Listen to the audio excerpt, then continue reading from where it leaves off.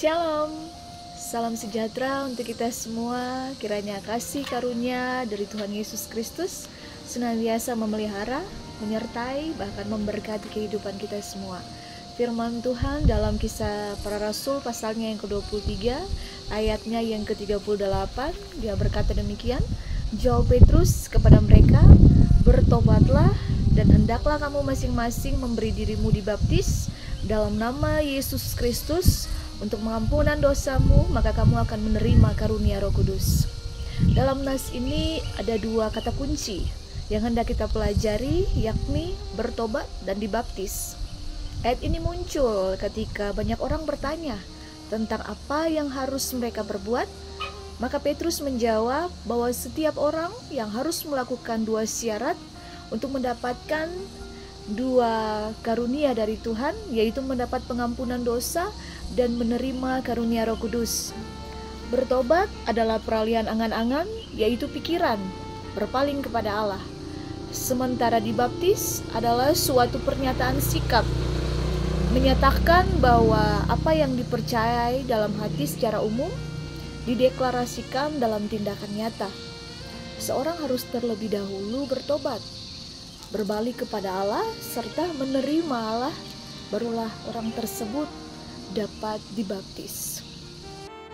Pertobatan mencakup tiga aspek, yaitu yang pertama, seseorang menyadari bahwa dia sendiri sebagai orang berdosa. Pertobatan yang sejati pasti diawali dengan kesadaran diri sendiri sebagai orang berdosa. Saat kita bertobat, kita sadar bahwa kita syarat dengan dosa. Aspek ini menunjukkan perubahan pandangan, yaitu perubahan pandangan terhadap dosa, terhadap Allah, dan terhadap diri sendiri. Aspek yang kedua, menyesali segala perbuatan dosa, dan dalam pertobatan yang sejati ada sikap penyesalan yang dengan sepenuh hati atas segala perbuatan dosa yang pernah dilakukan. Aspek yang ketiga, adanya kemauan untuk tidak mengulangi lagi perbuatan dosa. Kemauan di sini adalah kemauan untuk berbalik dari dosa-dosa dan kemauan untuk menerima anugerah dari Allah dan kemauan untuk hidup bagi Allah, mengambil keputusan untuk tidak lagi terjerumus dalam perbuatan-perbuatan dosa, serta hendak tegas dan radikal untuk melangkah meninggalkan dosa. Kata kunci yang kedua yaitu arti baptisan. Kata Yunani yaitu ritus baptisan, yaitu baptizomai, berarti memandikan atau membasuh, dan dalam arti klasik yang lain, baptisan yang berarti menenggelamkan dan menyelamkan. Itu terdapat di Yesaya 21 ayatnya yang keempat. Karena itu orang percaya sedemikian terlibat dalam kematian Kristus yang terjadi sekali untuk selamanya. Secara lebih singkat bisa dikatakan kematian Kristus tidak diperpanjang di dalam baptisan dan dibawa kepada orang percaya. Orang percayalah yang di dalam baptisan dibawa kepada kematian Kristus. Kemudian setelah seseorang itu dia bertobat, memberi diri dibaptis, maka dia akan dikaruniakan karunia Roh Kudus. Roh Kudus diberikan kepada kita dengan sebuah tujuan untuk kita mempergunakannya untuk kemuliaan Tuhan. Roh Kudus adalah pemberian Tuhan. Dan dengan kata lain, Roh Kudus adalah karunia Tuhan.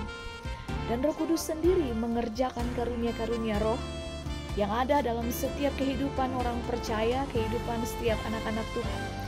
Ada beberapa karunia-karunia roh, jenis-jenis karunia roh yang disebutkan di dalam Alkitab.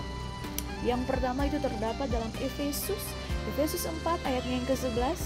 Ada 5 jawatan karunia, yaitu karunia kerasulan, karunia kenabian, karunia sebagai pemberita Injil, karunia pengembalaan, dan karunia mengajar.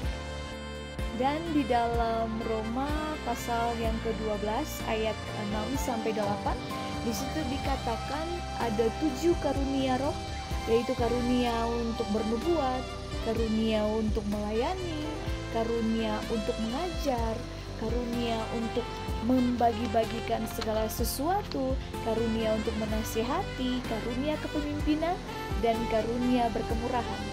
Ada begitu banyak jenis karunia roh yang diberikan Tuhan bagi kita setiap orang percaya, dan semuanya itu digunakan bukan untuk menunjukkan kehebatan seorang anak Tuhan, akan tetapi semuanya itu digunakan untuk kemuliaan Tuhan. Sebab itu kita harus mempunyai pemahaman yang benar tentang karunia roh. Kita harus mengetahui kebenaran tentang karunia roh. Jadi kita tidak boleh bersikap tidak mau tahu tentang karunia roh. Karunia roh dianugerahkan ya kepada kita bertujuan untuk meningkatkan kualitas pelayanan kita sebagai anak-anak Tuhan, sehingga semua orang yang kita layani memberikan pernyataan yang tegas bahwa Yesus Kristus adalah Tuhan. Karunia roh digunakan untuk kepentingan bersama, bukan untuk kepentingan diri sendiri. Oleh sebab itu, kita melihat ada orang-orang yang memiliki banyak karunia roh, dan ada pula yang memiliki hanya satu karunia roh, tergantung kapasitas dan kemampuannya. Akhir daripada itu, mari kita setia dalam menjalankan perkara-perkara yang sederhana, perkara-perkara yang kecil. Setia dengan perkara-perkara yang kecil, maka Tuhan akan mempercayakan hal-hal yang besar, perkara-perkara yang besar yang dinyatakan bagi setiap orang yang percaya kepadanya. Tuhan Yesus memberkati. Kiranya firman Tuhan ini dapat memberkati kita semua. Mari kita hidup dalam pertobatan, kita hidup dalam perkenanan Tuhan, kita sungguh-sungguh mencari perkenanan Tuhan, dan Tuhan Yesus memberkati. Immanuel.